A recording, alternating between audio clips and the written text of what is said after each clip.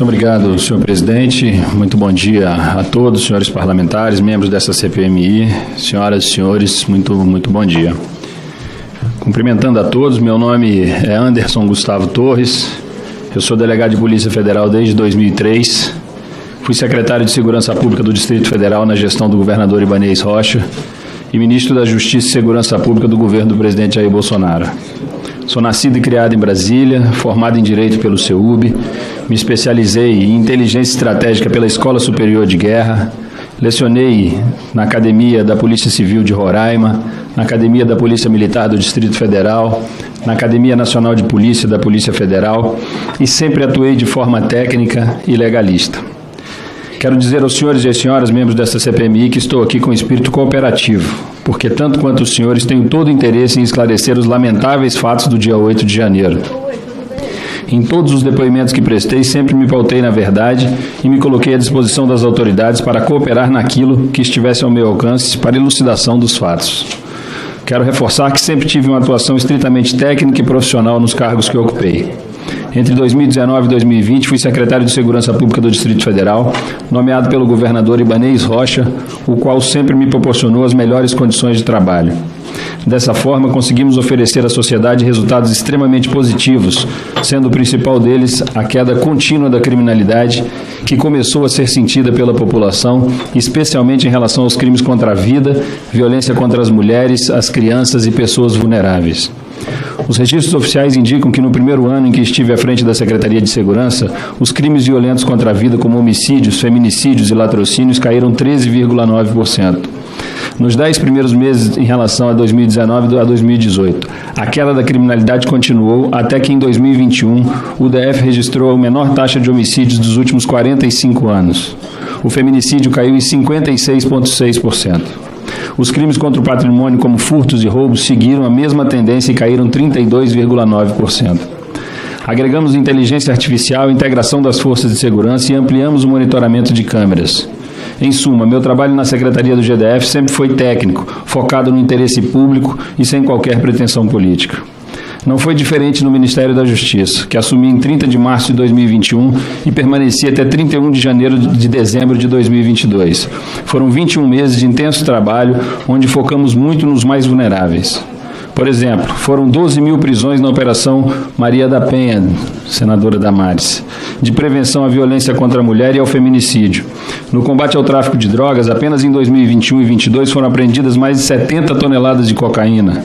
Durante a Operação Acalento, voltada para a proteção às crianças, foram atendidas mais de 12 mil vítimas, com 1.040 agressores presos e 129 mandados de busca e apreensão cumpridos. Os crimes contra as crianças e adolescentes eram de exploração, violência física, aliciamento, maus tratos e homicídios. Foi uma repressão dura e a sociedade foi quem mais ganhou. O governo federal transferiu, através do Ministério da Justiça, mais de 2,3 bilhões de reais aos estados e ao Distrito Federal para investimento em segurança pública. Entre 2019 e 2022, foram editados 48 atos entre leis e decretos para a criação de programas, planos voltados à segurança pública. Houve uma redução recorde nos homicídios no Brasil. Entre 2018 e 2021, a redução foi de 19,2%. Queda também de 57% no roubo a instituições financeiras. Quase dobramos o número de operações policiais no período da minha gestão, porém tudo feito sem espetacularizações e vazamentos seletivos. Este aumento das operações policiais fez crescer em 148% a apreensão de armas ilegais, 131% a apreensão de cocaína e tivemos mais de 172% em apreensões de maconha. Quando deixei o Ministério da Justiça, o Brasil estava em 18º lugar no ranking mundial de cibersegurança. Tinha subido nada menos que 53 posições. Tenho consciência de que no Ministério da Justiça eu servi acima de tudo o Brasil. Não sou político, nunca tive pretensão de ser candidato. Durante todo o tempo que permaneci no Ministério da Justiça, foquei no trabalho técnico para o qual eu estava preparado após 20 anos de experiências e estudos. Sempre agi dentro da lei, respeitando a hierarquia e a disciplina, que são os pilares da Polícia Federal. Procurei dar o exemplo como ministro, respeitando a autonomia da Polícia Federal, da Polícia Rodoviária Federal, nunca interferi em investigações ou assuntos internos dessas corporações. Nunca permiti que a polícia fosse usada para perseguir adversários do governo. Sei que pairam muitas dúvidas e muitas perguntas, por isso aproveito o tempo desta breve introdução, senhor presidente, para adiantar alguns esclarecimentos sobre fatos importantes. Após os lamentáveis atos de 8 de janeiro, retornei tão logo foi possível ao Brasil e me apresentei à Justiça. Como é de conhecimento de todos, estive preso por 117 dias no Batalhão de Aviação Operacional da Polícia Militar. No dia 10 de janeiro, durante uma busca e apreensão em minha casa, a polícia encontrou um texto apócrifo, sem data, uma fantasiosa minuta, que vai para a coleção de absurdos que constantemente chegam aos detentores de cargos públicos. Vários documentos vinham de diversas fontes para que fossem submetidos ao ministro. Em razão da sobrecarga de trabalho, eu normalmente levava a pasta de documentos para casa. Os documentos importantes eram despachados e retornavam ao Ministério, sendo os demais descartados. Um desses documentos deixados para descarte foi o texto, chamado de Minuta do Golpe. Basta uma breve leitura para que se perceba ser imprestável para qualquer fim, uma verdadeira aberração jurídica. Esse papel não foi para o lixo por mero descuido. Não sei quem entregou esse documento apócrifo e desconheço as circunstâncias em que foi produzido. Sequer cogitei encaminhar ou mostrar para alguém. Soube pela imprensa que outras pessoas haviam recebido documentos com teor semelhante e que esses circulavam inclusive pela internet. Esta é a verdade, nada mais posso dizer sobre esse assunto. Também fui questionado sobre uma suposta operação da Polícia Rodoviária Federal, cujo objetivo seria cercear o direito ou atrapalhar o exercício do voto, especialmente no Nordeste. Gostaria de esclarecer que não houve interferência do Ministério da Justiça no planejamento operacional da PRF e que a informação recebida do diretor-geral era de que o planejamento do segundo turno tinha sido semelhante ao primeiro turno e foi executado sem alterações. Ninguém deixou de votar e o próprio TSE reconheceu isso. O comparecimento no segundo turno foi superior ao registrado no primeiro turno. Eu não tinha atribuição de vetar o planejamento operacional de qualquer instituição. Todas as informações que recebi na data de 30 de outubro indicavam que tudo estava transcorrendo normalmente, e isso acabou sendo confirmado pelas entrevistas de autoridades da Justiça Eleitoral logo após encerrada a votação. No dia 25 de outubro, fomos a Salvador, a convite do diretor-geral da Polícia Federal, para inspecionar as obras da Superintendência da Polícia Federal. Fomos recebidos pelo superintendente. Nós nos reunimos, conversamos sobre a obra e as eleições. Tratei também de vídeos divulgados pela internet, os quais um grupo criminoso dizia ter controle sobre eleitores. O superintendente disse ter conhecimento dos vídeos e esclareceu que a notícia ainda não havia sido confirmada na checagem. No período da tarde, visitamos as obras da superintendência, percorremos todos os andares. Foram tiradas fotos e há registros da visita. A Polícia Rodoviária Federal e a Polícia Federal sempre tiveram respeitado a sua autonomia no período em que ocupei o Ministério da Justiça. Como ministro, eu nunca interferi no planejamento e no operacional dessas duas instituições. Nossa determinação sempre foi de reprimir a compra de votos e os demais crimes eleitorais. No dia 28 de outubro passado, por exemplo, a Polícia Rodoviária Federal apreendeu quase 5 milhões em dinheiro, que seria usado para a compra de votos. Isso foi amplamente divulgado, assim como o trabalho da Secretaria de Operações Integradas do Ministério da Justiça, que no primeiro turno ajudou na repressão a 1.378 crimes eleitorais e 352 prisões. Tudo isso foi feito com total transparência. Ninguém deixou de votar e o próprio TSE reconheceu isso no segundo turno. A Diretoria de Inteligência do Ministério da Justiça produziu uma planilha, onde constavam os locais onde os candidatos Lula e Bolsonaro haviam obtido mais de 75% dos votos no primeiro turno, com o intuito de fazer um cruzamento e identificar possíveis crimes eleitorais nesses redutos. Esse documento não foi compartilhado com a Polícia Rodoviária Federal e, até onde eu sei, também não foi difundido nos canais de inteligência. Eu nunca questionei o resultado das eleições. Fui o primeiro ministro a receber a equipe de transição, no caso do atual ministro Flávio Dino, que seria meu sucessor. Entreguei relatórios, agi de forma transparente e sempre no sentido de facilitar.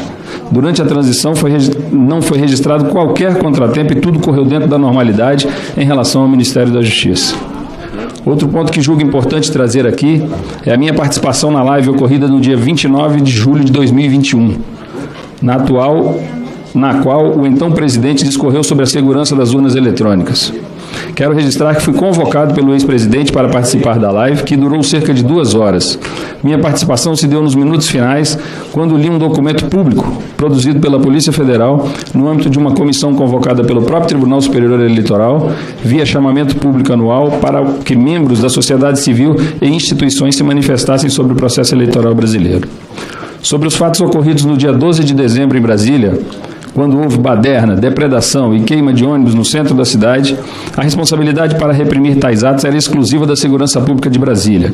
Isso não é atribuição do Ministério da Justiça.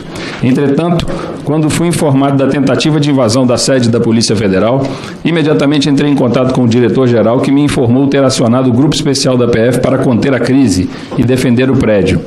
Nós agimos com todo rigor em relação a esse episódio e em poucos dias os responsáveis foram todos presos.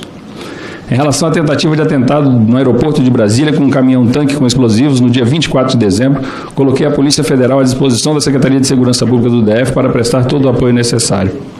Sobre os acampamentos em frente aos quartéis, esclareço, enquanto estive no Ministério da Justiça, a Polícia Federal teve total liberdade para monitorar esses acampamentos e, inclusive, foi noticiado que agentes federais identificados por manifestantes foram expulsos do local. Nunca houve omissão ou leniência de minha parte enquanto ministro da Justiça sobre esses acampamentos. Nunca houve qualquer impedimento para que fossem monitorados ou investigados. Quando reassumi a Secretaria de Segurança do DF, minha primeira ação foi tratar do desmonte do acampamento em frente ao Quartel-General do Exército. No dia 6 de janeiro foi realizada uma reunião com o comandante militar do Planalto, General Dutra, e a secretária de Ação Social do Distrito Federal, Ana Paula Marra. Também estava presente a Coronel Cíntia, que ocupava o cargo de subsecretária de Operações Integradas da Secretaria de Segurança. Nesta reunião, nós tratamos da retirada total do acampamento que ocorreria a partir do dia 10 de janeiro. Agora quero falar um pouco sobre o papel da Secretaria de Segurança Pública na formulação do Protocolo de Ações Integradas, o PAI. A Subsecretaria de Operações Integradas se reuniu com os seguintes órgãos no dia 6 de janeiro. A Polícia Militar, a Polícia Civil, o Corpo de Bombeiros, o DETRAN, o DF Legal, o Senado Federal, a Câmara dos Deputados, o Supremo Tribunal Federal, o Ministério das Relações Exteriores, a Polícia Rodoviária Federal e o Departamento de Estradas e Rodagens, para traçar as medidas de segurança. Conforme a legislação distrital prevê, a Secretaria de Segurança tem a missão de funcionar como órgão central e integrador da segurança pública do DF, levando em consideração as atribuições e competências de cada força previstas em legislação federal e na própria Constituição. A Secretaria de Segurança Pública do DF não tem atribuição operacional. Nesta reunião, todos os presentes assinaram os compromissos, se comprometendo a cumprir as diretrizes do planejamento. Até o dia 6 à noite, eu não tive qualquer informação oficial indicando que haveria ações radicais no dia 8. Mesmo assim, o PAI seria colocado em ação nos seus mínimos detalhes. Esta era a determinação. Cabe ressaltar aqui, se o protocolo fosse seguido à risca, seríamos poupados dos lamentáveis atos do dia 8 de janeiro.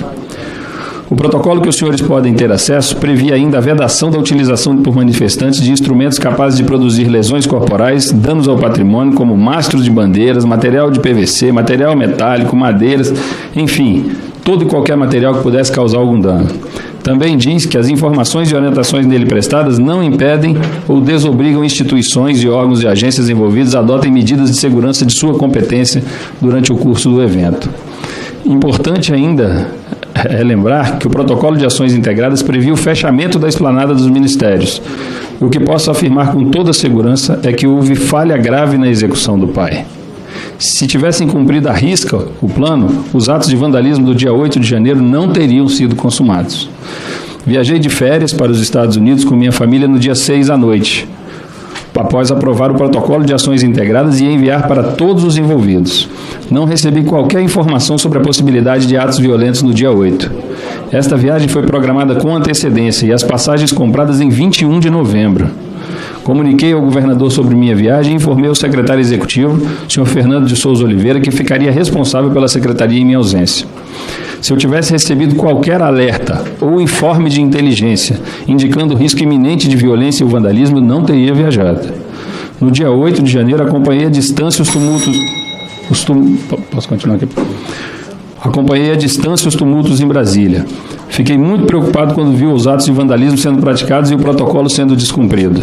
Cheguei a passar mensagem do WhatsApp para o secretário em exercício, apelando para que impedisse que os manifestantes se aproximassem do Supremo, uma vez que o Planalto e o Congresso já estavam invadidos, mas ele não conseguiu impedir. Retornei ao Brasil o mais breve possível. Desde que fui preso, nunca me neguei a cooperar com a Justiça. Entreguei as senhas do meu celular, da nuvem, do e-mail. Tomei a iniciativa de autorizar a quebra de meu sigilo telemático, fiscal, bancário e telefônico e continuo sob investigação e cumprindo fielmente as medidas cautelares determinadas. Reforço meu respeito à Justiça, ao trabalho do Ministério Público e sigo disposto a cooperar para que os repugnantes fatos do dia 8 sejam rapidamente esclarecidos. Finalizo reafirmando meu respeito ao Congresso Nacional e aos senhores e senhoras parlamentares, agradecendo a oportunidade de ser ouvido.